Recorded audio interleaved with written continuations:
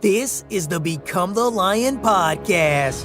If you are aiming to become the top in your industry, not second, not above average, the top, then you have come to the right place. Become the Lion will provide you with weekly insights and motivation needed from our guests on how to escape the common herd that society lives in. If you're looking to change your life, then get ready. Welcome to Become the Lion.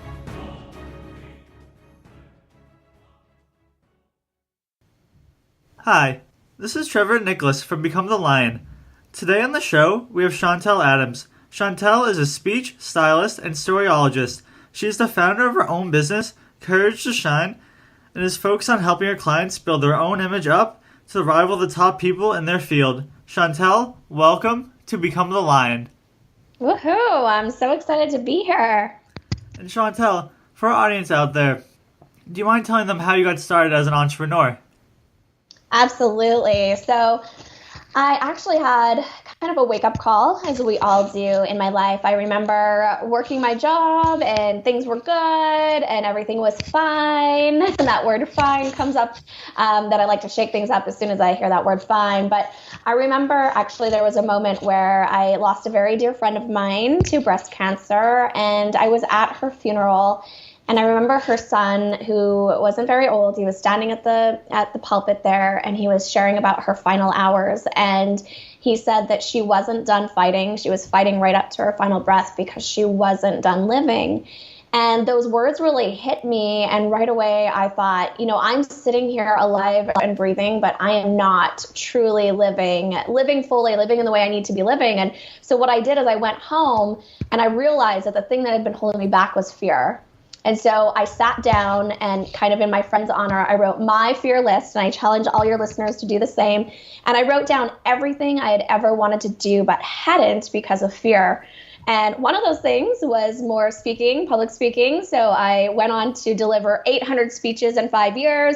Another was writing a book. I've co-authored 3 books on my 4th coming up. Another was being able to start my own business. And obviously that happened through the speaking business, but also now leading an online business as well, and seeing that exponential growth. And so really it came through a kind of wake up call in my life of like, wait a minute, I'm just kind of fine. I'm just okay. I'm living life, but not truly living it. And what do I really want to do? What do I really want to create? And out of there was, I want to serve. I want to give back. I have a message to share. So I'm going to get out there and speak. And then I'm going to share and help others to be able to share their messages with the world too. When you were getting started as an entrepreneur, did you have a job and then make the leap to become an entrepreneur? Yes. So I've always done things like on the side a bit. So I remember when I was just out of high school, I was an aerobics instructor and personal trainer and had my own business started there. And then I realized I actually don't really enjoy working out. So that one kind of fizzled out a little bit. And then I jumped into different side experiences, or, kind of played with a few different things, teaching music and that kind of thing while I had my job. And then it was through the speaking that I was able to quit my job, go speaking basically full-time, well, part-time, but full-time income was covered, and then transition into this online space as well. I noticed when you were mentioning your story about how you got started as an entrepreneur, you mentioned something called a fear list. Do you mind elaborating on that for our audience?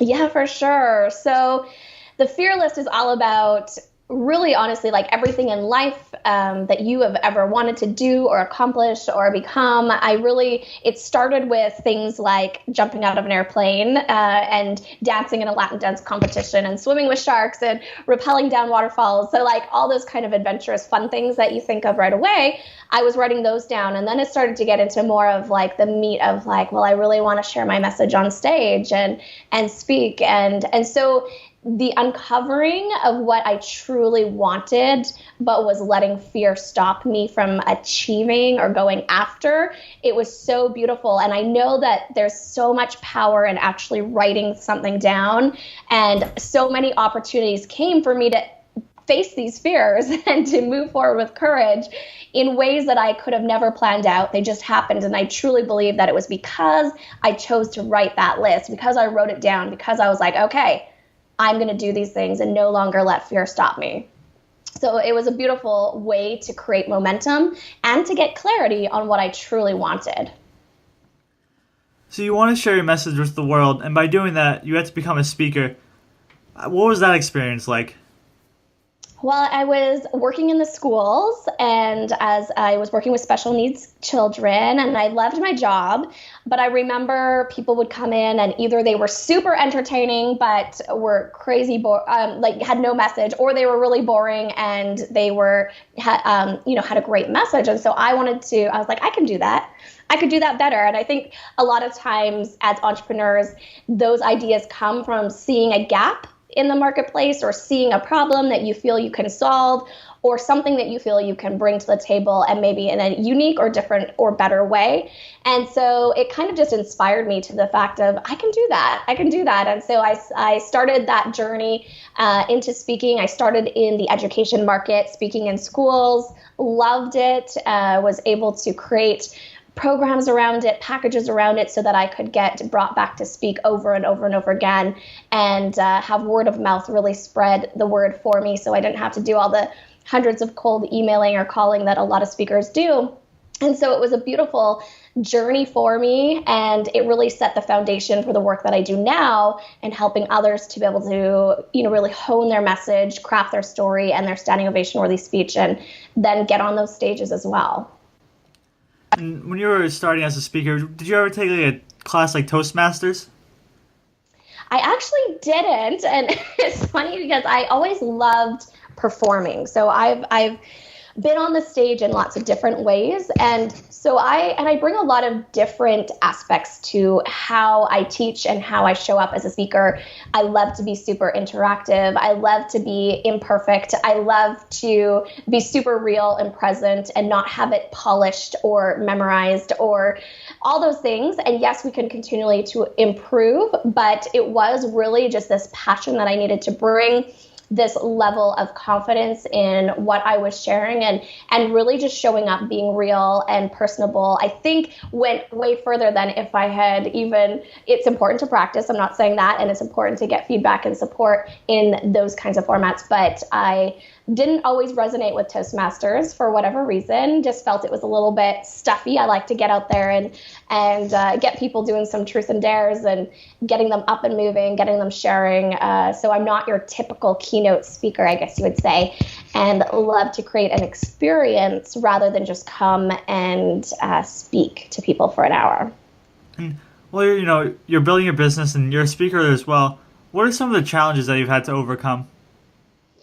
Well, it all really revolves around what we've been talking about around fear. When I came into this, it was, who am I, right? Who am I to start speaking? And I don't have all this education or all these, the alphabet soup after my name. So there was that doubt of, am I enough? Am I good enough? Am I, who's going to listen to me? Who's going to want me to come in and speak? Who's going to want me to teach them? So there was a lot of that doubt and fear around not being good enough.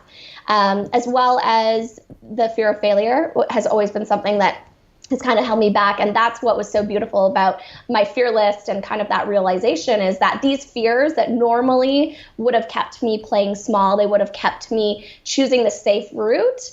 I was now aware of them and I was able to challenge them and change my perspective of them and look at them in a different way. And then basically say, screw you to fear and move on and take courageous action even when I was scared.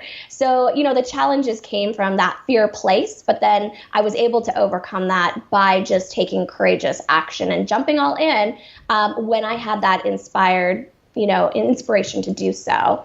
And then another thing is moving from speaking into the online entrepreneurial space was a big leap. And there was a lot of growth and a lot of learning that needed to happen to really feel my way through that and be ready to jump all in. And besides jumping all in, what else do you attribute to your success? I think one of the biggest things that I've seen over and over is allowing space space in my day to get inspiration. So whether that's getting to a Zumba dance class or allowing just white space in my day or just going outside for a walk, being able to release the to-do list, because I'm a super type A to-do lister and I can get very hung up on having every single moment of my day scheduled. And when I'm in that doing mode for too long, I lose the connection with really what I call aligned abundance. So I've been able to create amazing success and abundance very quickly in my business. And I know it's because I come back to alignment. I come back to who I am. What are my values? What do I feel is my next step, the right next step for me and for my audience? So taking the time to be able to open that up and explore that. And then, as I've mentioned, just jumping all in without having to have it all figured out. So getting that inspiration and then taking courageous action, doing it my way is something that I've learned along the way, because we can tend to get caught up in learning from the gurus and the way that they do it and emulating that in our business. And that can be good, but we always have to check in with ourselves and know that if it doesn't feel right, if it's not feeling like it's a fit for you, then totally give yourself permission to ditch that. You've got to be able to release that and go, okay, this is how I like to show up. This is how I'm going to do it, even if it's completely different from what all the experts are saying you should do. That's been something huge in my life that I've always leaned into doing what felt right for me, even if it was very different. And then another really important thing is setting clear goals and intentions. So just like, writing my fear list, but I always set clear goals and intentions that are attainable, but also a stretch. And then I create a master plan. I work the numbers. So when I want to have a 100K launch, for example, I don't just go, okay, I'm going to have a 100K launch, come my way, money. I sit down, I go, okay, what does that mean? What packages, what's the price point? How many people do I really feel like I can get into this product or program?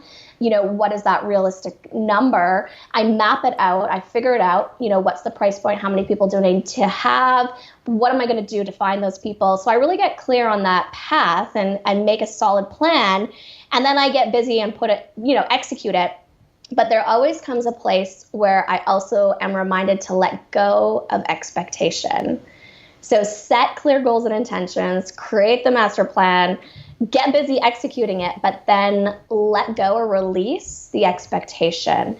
And this is a beautiful thing that I've learned along the way. When you release the expectation, still holding intention, but release the expectation and show gratitude for whatever is happening in that moment, whatever little success you're having, then things shift. And so it's a beautiful moment where when you let go of the expectation and you allow, that things seem to fall into place, and often not exactly how you planned it. But I feel that those steps are important to get to the place of being able to release and allow. So that's been kind of my journey and process to really seeing great success in my business. Do you think fear of failure holds a lot of people back from achieving their dreams? Absolutely, because there's so many people who get great ideas and they may sit there and they're designing and they've got this beautiful idea project all on paper and it just sits there. Or they are writing a book behind the scenes and they never actually publish. And it's because of that fear of failure, but also rejection. What are other people going to think? Judgment. And so there's a huge piece of letting go of our worth being tied to an outcome. So that's been a shift I've made, and also seeing that failure as actually a gift. And so one of my sayings that I say all the time is that every no leads to a yes. And so it's about every time I put myself out there, every time I allow myself to fail, I'm learning, I'm growing, I'm shifting, I'm creating, I'm learning ways that didn't work and how I can do it better. And so being able to really shift your view around fear of failure is so important. And I see so many people who are getting stuck in just idea dream mode and who are not really taking action because of it.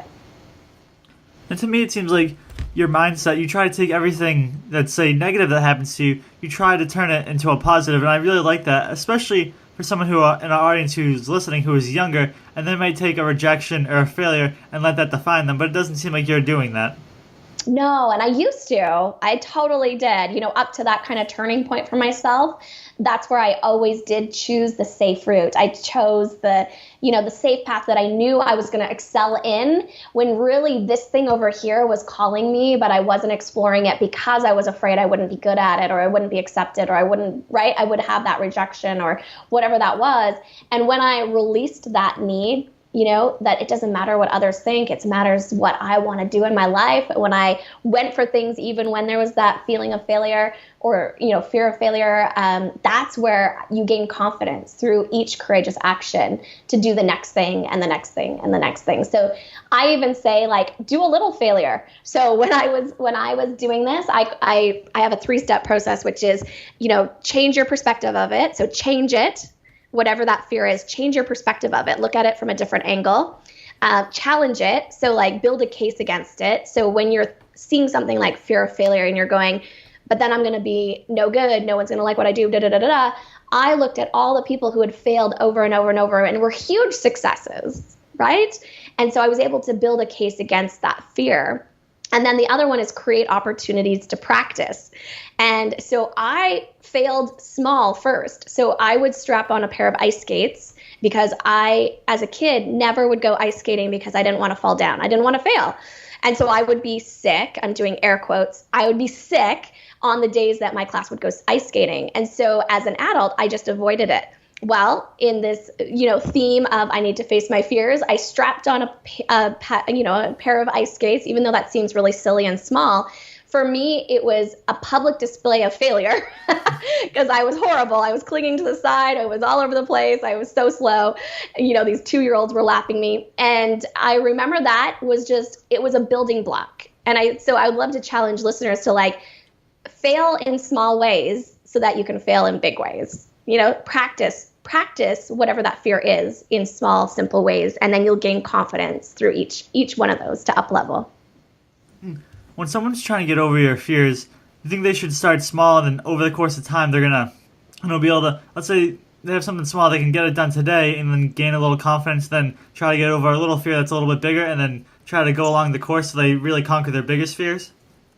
Yes and no. So if you're planning out your fears, absolutely take small, courageous action, but also be open to the opportunities to come. So when I wrote my fear list, the first thing I wrote down was skydiving, because I had always, as a little girl, we lived close to the airport, and I would run over to the window and I could hear when it was the airplane that was specific, they had the people who were parachuting. And so I would watch for them, and then their parachutes would open, and I loved watching them. And I always felt like I wanted to do that, but I have a huge fear of heights. And so, of course, I never did it. And so that was the first thing I wrote down on my fear list. And I wasn't about to go and I don't know if I could think of a way to do small fears to kind of get me to that point. I guess you could go on hikes or, push the boundaries or whatever. But I was open. And one of my friends called me up one day and she's like, hey, you want to go skydiving with me? And I'm like, every part of me wanted to say no, but I said, heck yeah, sign me up. And then I started to freak out. And I realized that I was choosing to say yes to the opportunities when they arrive. So that's a huge lesson that I've learned, and one that everyone needs to know, that yes, take courageous action little by little that you can plan, but also be open to the opportunities that you couldn't plan, or maybe you haven't exactly asked for, but they're coming to you, so that you can say yes, and so that you can stretch your fear muscle and your courage muscle and jump right in and move beyond that fear. And it was one of the most amazing experiences of my life.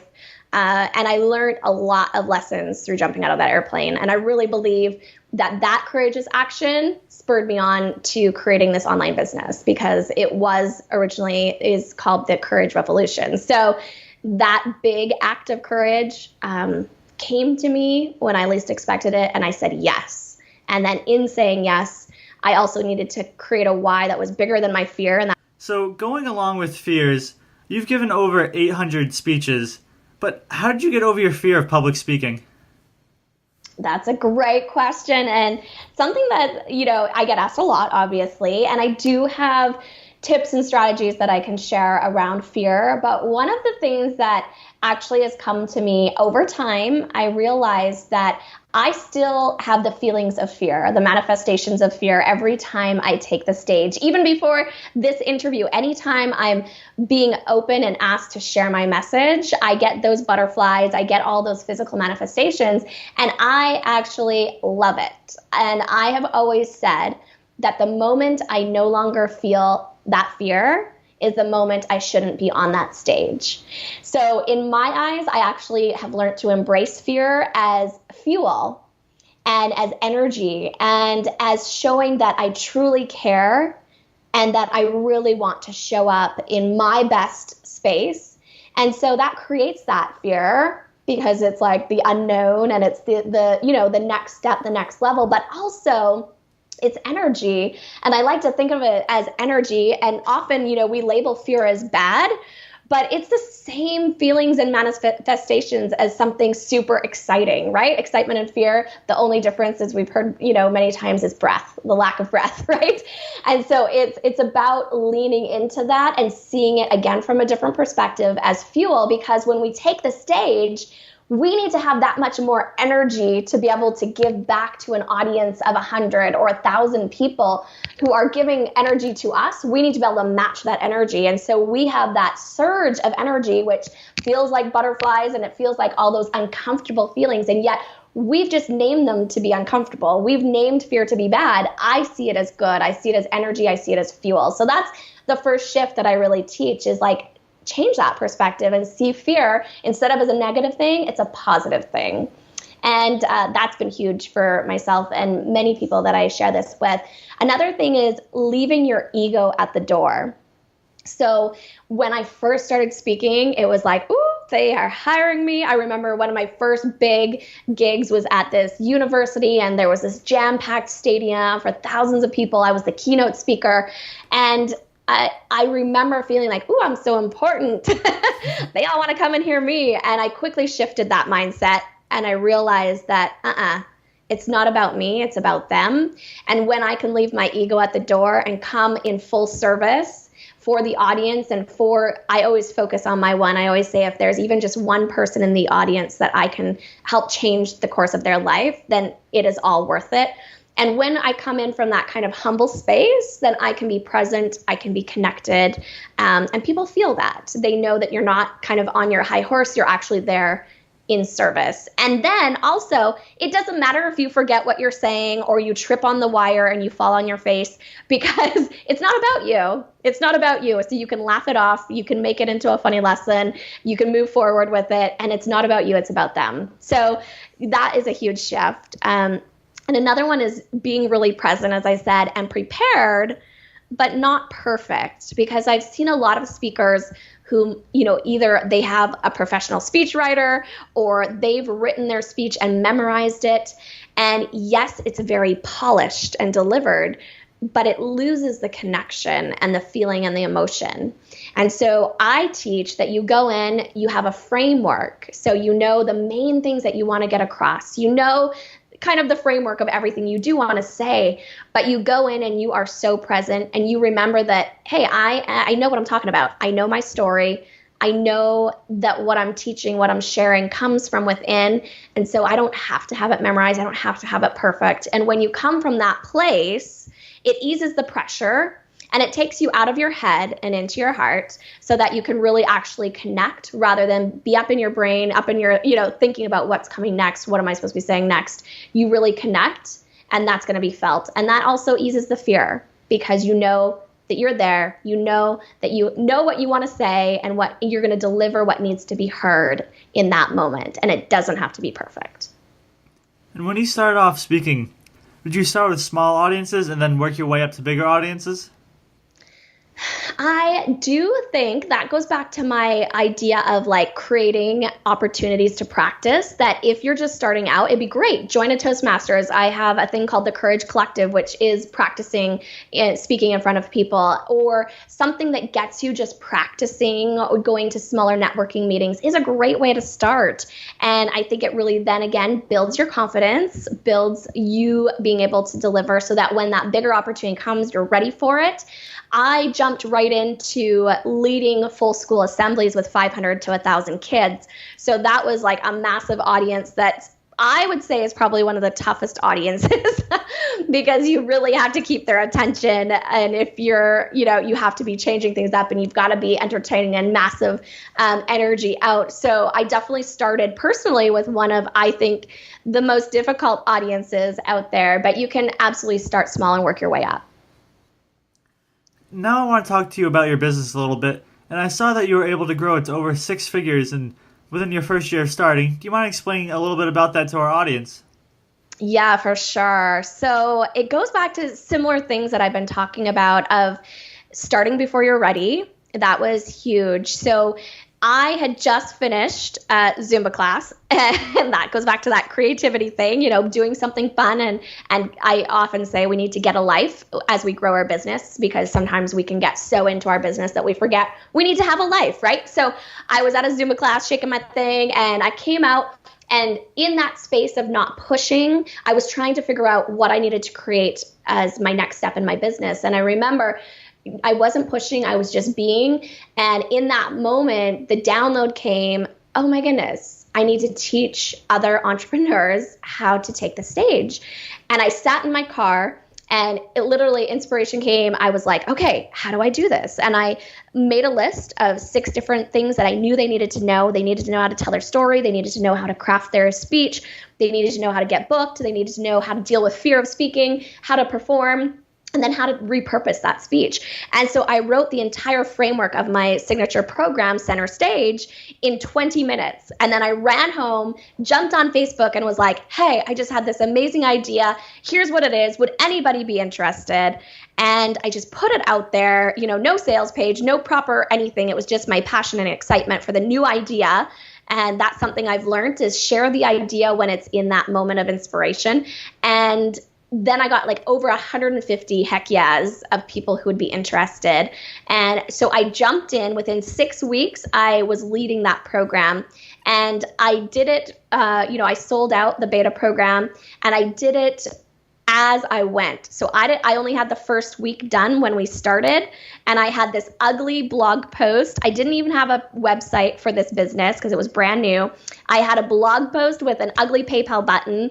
That's it. And I was able to I got 11 people in the program. That's how many. I wanted 10 and I got 11. And I started before I was ready. I took imperfect action. I ran with it as soon as I got that idea and put it out there. And I wasn't even done the program. I created it as I went, and was able to then build my confidence. Instead of creating the whole program and then it losing its momentum and excitement, I created it as I went. And that's not for everyone, but I also see a lot of people who just sit on an idea for too long and then it fizzles out, right? We lose the sizzle, or it isn't going to fly. And if you're going to spend all this time and energy creating something, you want to know that it's going to fly, it's going to work. And then so from there, I tripled my price. I got 18 people the next time, and that first time I launched it officially was a $10,000 launch. So made $10,000, and then $25,000, $50,000, and then I had my first 100K launch with that exact same program that I created in 1 year to the day after. So that one program that I created has generated over $400,000 in the last 3 years. And that's excellent for our audience, where you mentioned start before you're ready. Because I feel like there's just so many people that have these grand ideas and either start on the ideas but never publish them, or they just wait too long. They might say, hey, I'm too old, I'm too young, I don't have enough money, I have too much money, which is probably not a big problem, or I'm not educated, or I'm too educated, and they just make up all these excuses why they can't launch it. Yes. And I love what you said there too, because it's like the whole thing about, yes, making excuses. And I also kept it super simple. So I didn't have a fancy website. I didn't have a fancy membership site. I kept it low tech, super simple, high touch, high value. And I remember one person saying in the first 3 days, she's like, I've already got my investment back, because that's another one of my keys to success is over delivering and creating a real experience. So really understanding how can I bring more value, more experience to everything I do. And then also really caring deeply about people and never seeing them as just a number in my bank account, really seeing them as those amazing people that I get to serve and support on their journey. So really leading from that place, and also leading with integrity and doing things that feel super aligned, not just because you think that's the quickest way to cash. And also listening to your audience. So when I went through and created Center Stage, they kept asking me about a demo video. How do I get a demo video if I'm not speaking, but I need a demo video to get a speaking gig? It was like this chicken and egg scenario.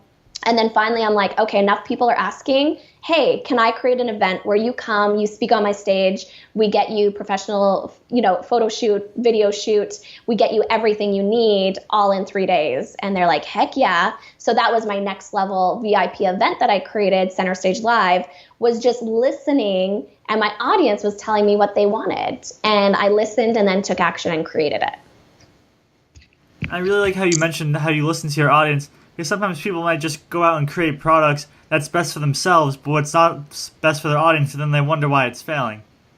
That's right. Totally. And Chantelle, I just want to say this interview has been excellent so far, and now we're going to enter the Lions round. We're just going to ask you a couple of quick questions before we end the show today. Absolutely. I'm ready. What would you say to someone who's just starting out and going after their dream? One of the things that was kind of a tough lesson that I learned in the beginning was to protect your dreams. And I remember I had to actually say to my husband, of all people, that my business is my business. And for the first year of my business, I really didn't share much with him, because in the beginning, it felt like I had to ask permission. Sometimes people won't understand your vision. They won't understand where you're going. They don't get it. They project their fears on you, and they are probably doing it out of love, trying to protect you from failure, from all those other things. And so being able to know who, surround yourself with people who do get it. Find a tribe that gets it, but then also protect your dreams and be careful who you share those dreams with. And that's where, as soon as I protected my dreams in that way, that's when I skyrocketed to 6 figures. That was the time when I needed to just be like, you know what, my business is my business. So don't be afraid to do that. Also, dream big, and then bring it down to what you can do today. So big dream, big vision, and then, okay, what do I need to do right now? And just start taking action, because every day, every action you take, every small action is going to build that foundation. And the time is going to pass anyway, so you might as well be building and creating towards that big vision. And another thing is give and build relationships. Relationships are such a key in having success in business. When you can give first to others, when you can help others, serve others, give back, and create meaningful, beautiful relationships, that's going to come back and serve you over and over and over again. And another big one is know deeply why you're doing this. And have a deep why personally, but also a bigger, deeper vision why for your business, for your work, that's going to carry you through the fears. It's going to carry you through the ups and downs that are inevitable in entrepreneurship, the doubts and the fears that are going to creep up all along the way. And when you can come back to that why, it helps you to move through and take courageous action. And then lastly is speak up. So get out there, whether it's online, there's so many ways to speak up. Online, live events, get your message out there, speak up, share it in a powerful way. That's going to transform your business, because if you are not speaking up, people aren't hearing it. People don't know about it. And so the more you can speak up and share it, the more you're going to be able to create success. I love all those points that you just brought up, and especially the one where you talked about taking consistent action, especially for the younger audience who might see someone like yourself and believe that you're an overnight success, but they haven't seen all the hard work that you've put in behind the scenes. Absolutely. Absolutely. And the doubts and the fears and all that comes. And also everything that I've done in my life, I see as a foundation. So yes, I created in this online business, 6 figures in 9 months, but I had been speaking professionally for 5 years. And before that, I had done other businesses and things that had given me lessons and helped me on this journey. And I believe that every step gets you closer to that bigger and bigger vision that you're meant to be doing. And so saying yes to those opportunities and taking that action is so important, but also knowing that it's a process and that everything you do is going to lead to the next and the next and the next. Do you happen to have 2 or 3 books that you recommend for our audience to read? Yes, I love The War of Art by Stephen Pressfield. It talks about breaking through the blocks to win your creative battles, and just talking about resistance and procrastination and fears. And resistance is such a biggie, and I love the way that he frames things and helps us to look at resistance and fear in a different way. And then another one that I love is The Crossroads of Should and Must. And that's by Elle Luna, and it is a super fast, fun read. It's very creatively done, but I love the idea of the crossroads of should and must, where we get caught up in what we should do, right? We should take that job. We should do this. We should settle down. We should, right? All these shoulds of society, of our parents, of our spouses, of other people that we know, can define us, and we can get stuck in the shoulds. But what we really need to lean into is what we feel we must do. What is our calling? What is that thing that is burning within us? And dropping the shoulds and leaning into the musts are going to be the only way to really create amazing success and really aligned abundance in your life. And Chantelle, last question of the day. Where can our audience find you?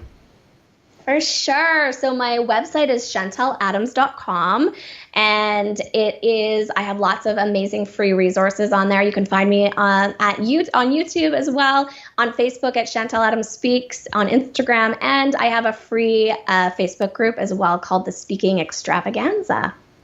And I would just like to say thank you so much for taking the time today to speak with our audience. Thank you for having me. It's been a blast. Thanks for listening to Become the Lion. Everything from today's show will be in our show notes on our website. Don't forget to subscribe and leave a review on iTunes. Till next week, don't stop grinding.